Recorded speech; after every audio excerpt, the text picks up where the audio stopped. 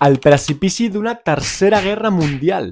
Això ha dit Trump a Zelensky, el president d'Ucraïna. En concret, mentre protagonitzaven aquestes imatges vergonyoses, el president americà i el seu segon, J.D. Vance, han acusat el president d'Ucraïna de jugar amb una tercera guerra mundial. Més tard, l'americà penjaria una publicació on acusaria Zelensky de no estar preparat per la pau i de no haver estat mai agraït amb els Estats Units. Aquesta reunió la van seguir un munt de missatges de suport dels líders europeus al president ucraïnià. Bé, tots menys un, Viktor Orbán, que es va posicionar clarament a favor dels Estats Units. A tot això, ahir diumenge es va celebrar una reunió a Londres dels líders europeus, més Canadà, Zelensky i Turquia, per definir un pla de pau per a Ucraïna. Una reunió històrica que evidencia un canvi en les relacions internacionals. D'aquesta reunió n'han sortit diverses conclusions, però les més importants, les del president francès i el primer ministre britànic. Macron ja es va oferir la setmana passada a establir un paraigües nuclear a Europa. Ha dit també que promourà un nou sistema de defensa a Europa. Aquestes declaracions cal afegir també el que va dir el proper canceller alemany, i és que la OTAN està morta.